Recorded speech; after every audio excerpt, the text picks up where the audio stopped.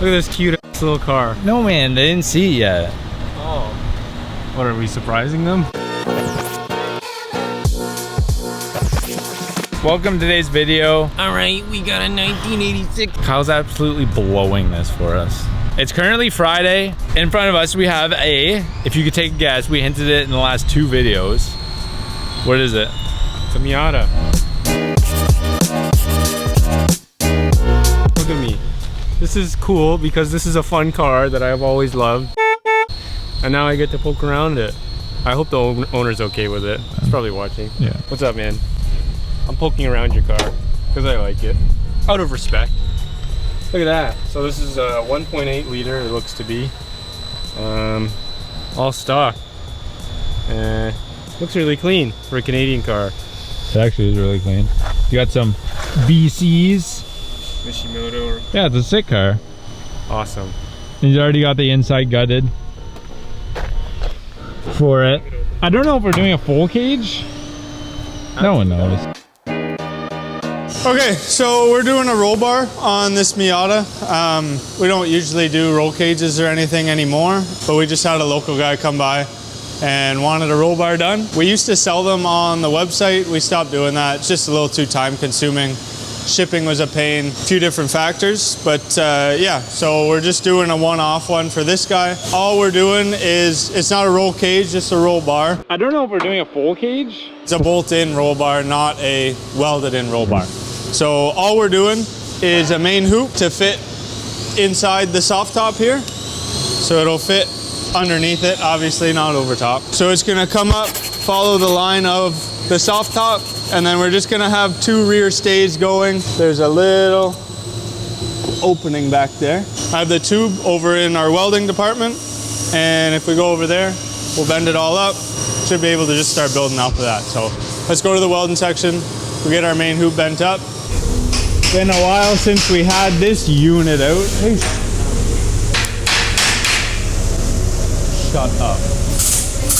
So, like I said, I've already measured up the main hoop, got it all dialed. So, all we have to do is bend it, and then we'll go check it in the car. If anything needs changed, we should be able to modify it using this, but hopefully we'll just nail it first tee.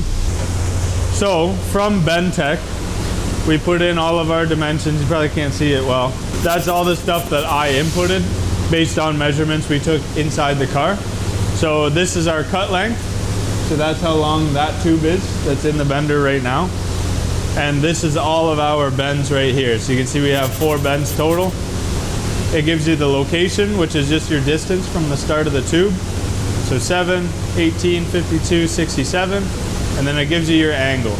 So you'll notice 24 plus 66 is equal to 90 degrees because we want 90 degrees on each side of the main hoop. This doesn't account, you'll see on the side here, spring angle. It's the same. We've never actually calculated that. Josiah's done enough cages that he kind of knows a rough spring angle to go past on these machines. So say you bent it to 35 degrees. When you release the pressure, it's gonna go back down a little bit because there's still tension in that tube. Usually about 2 degrees of spring angle is a good rule of thumb for our bender anyway. Every single one's gonna be different. But I usually go about 2 degrees over whatever we have for an angle. It should be in the ballpark. Like I said, if anything doesn't fit, we can bring it back, bend it more, tweak it around. I measured everything fairly loose just to make sure he has room for the soft top and all that stuff to go down, so we should be okay. We'll do our bends and should just pop right in.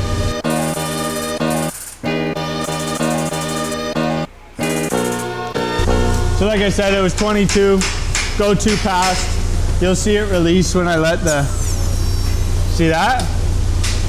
2 degrees. How many? 2.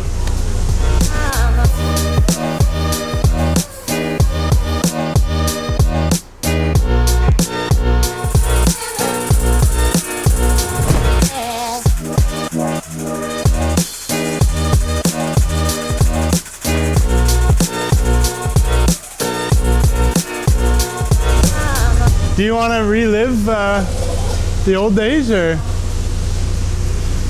you're sure? Okay.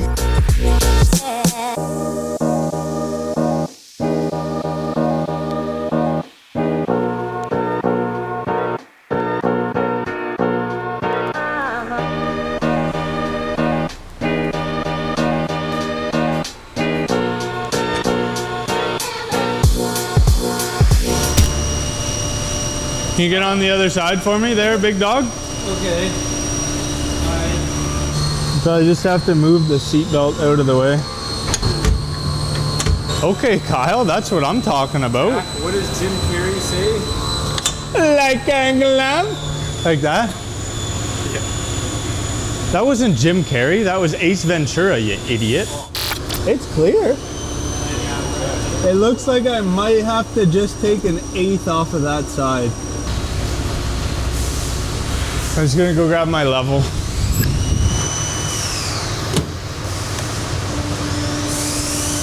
We're about a half a degree off.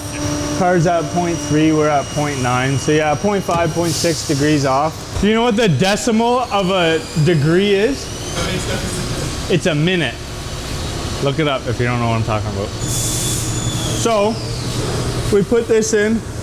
It fits good. And if you can see, so we're at 0.8 degrees. And if we check the chassis, it's at 0.3. About a half degree difference. So I'm gonna take a blade width off of that side of the cage. You can see the arrow indicating that this side of the car would need to come up to be level. And we have the same arrow when we put it on top. So it's saying this side needs to come up, or like we're gonna do, because we can't add material, the tube's already cut. We're just gonna take a blade width off of that side. That should drop it down an equal amount. We should have a perfect level cage. So we'll go do that and then we'll come back and check it.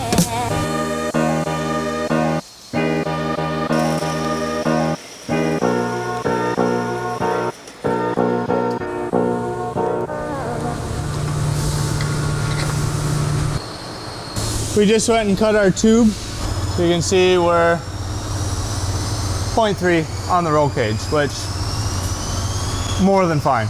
So we're gonna run with that. We're just waiting to get some base plates cut. As soon as those come in, we'll be able to bolt the base plates in. We'll tack this to the base plates, square it all up, and then we can start doing our rear stays and stuff, the harness bar, and so on and so forth. So we'll grab some base plates and then we'll come back and tack this all up.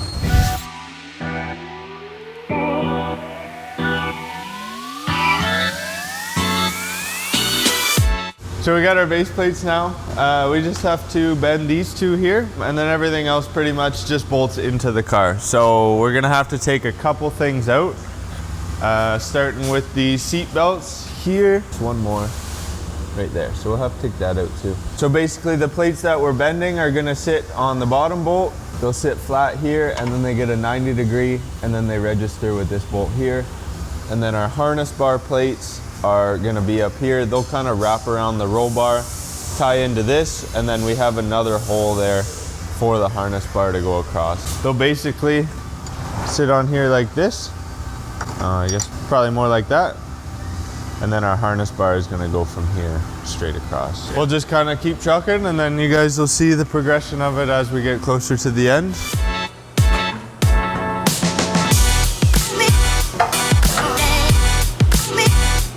Okay, Kyle, I'm gonna raid your toolbox.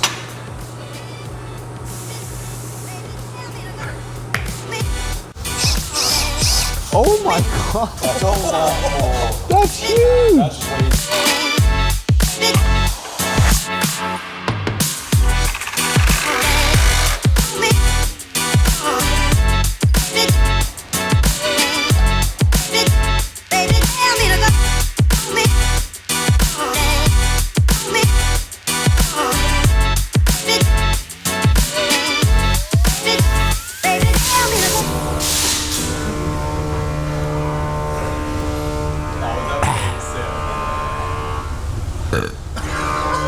I'll just do the whole harness bar to 1.25 inches, and the roll cage out of 1.5 inches.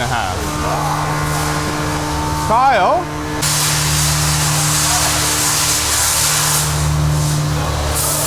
Kyle?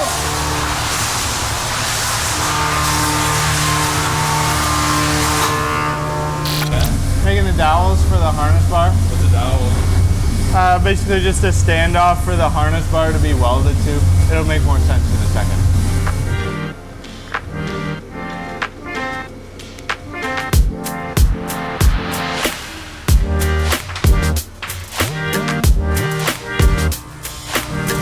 Here we go, man.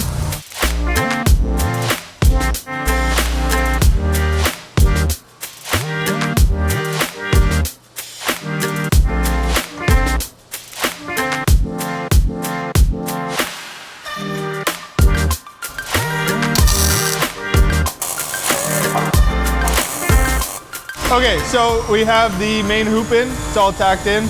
All good to go. Matched it up on both sides, width-wise, distance-wise from the front to the back. We're doing a single diagonal with a harness bar. So our harness bar is gonna go under here, straight across to the other side in the same spot. And that's obviously what he's gonna put his harnesses onto. We have to make a bar from this top corner down to this plate here. And that's gonna be our rear stay. And then our single diagonal is gonna come from in between this rear stay and the main hoop, straight across to the bottom of that other side back stay. So we only have 4 bars to make, and then it's just a matter of welding everything up and getting it all good to go. You can see we got a bit of a natural lean to the outside, so our cope's gonna have to have a bit of a kick to it. Kyle, you got a Sharpie, man? What the?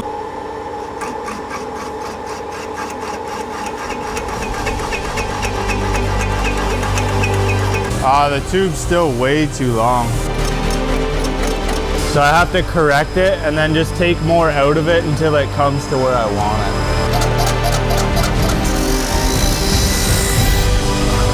Check it again. I just gotta take a little more angle on that cut. One more. Okay, this is it. Come on. Ooh! What did I say? Let's go. Okay. What a nice fit. Nice Honda fit. Those hit.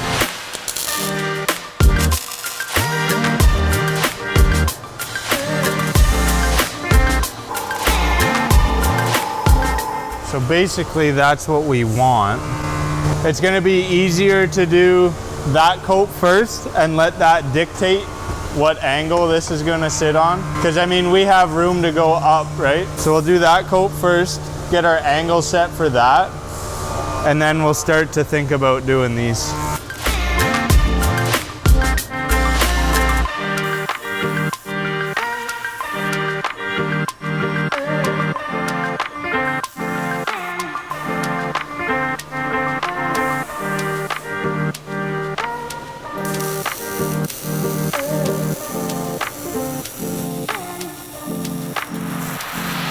Enough messing around. Cam has most of the cage done. It's dropped on the floor there.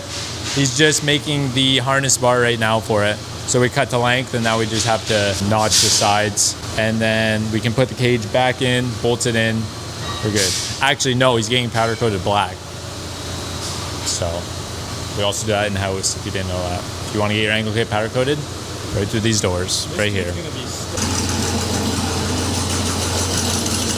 How's it going, Cammer?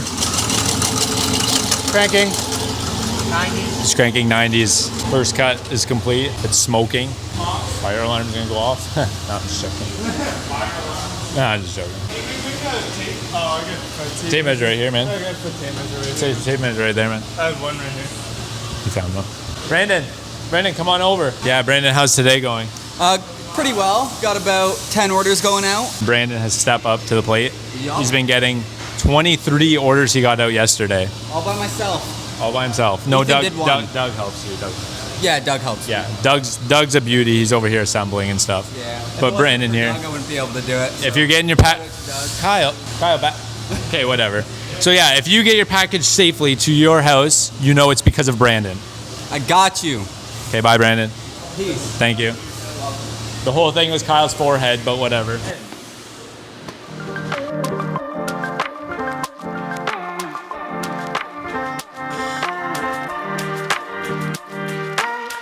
So the cage is all done. It's welded. We have it mostly bolted back into the car right now. I'm gonna drill the holes right now that aren't already in the chassis. Right down on the front, we gotta drill those 2 holes there. That'll pull the just another support. We're already using a seatbelt hole, threaded hole right here. So we have those. We have the factory seatbelt hole up here as well that we're using, which ties into the roll bar and the harness bar.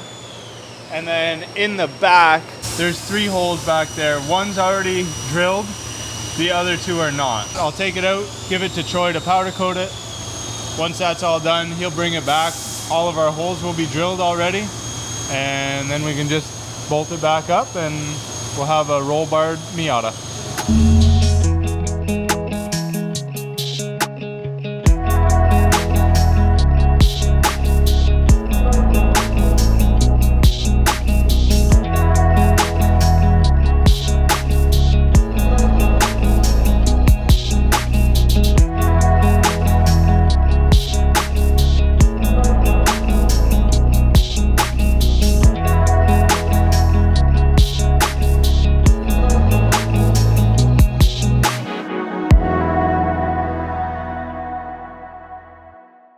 Miata Roll Bar in the oven cooking. We've reached an ambient temperature of 400 degrees, but we need to make sure that the substrate material is up to 400 degrees, so we're going to do a check on the actual substrate temperature of the metal.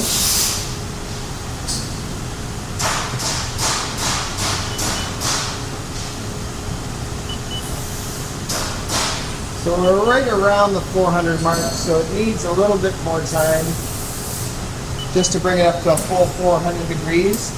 So I'll give it another 10 minutes and then we'll recheck it. But she's cooking up nice, looking good. So yeah, all part of the process. Okay, we just rolled the roll bar out of the oven. We had it baking for about 45 minutes. Like I say, the last time we had to get it up to temperature, the substrate material, to 400 degrees, which we did. Then we have to cook it for an additional 10 minutes. That allows the powder to flow properly and adhere to the substrate properly.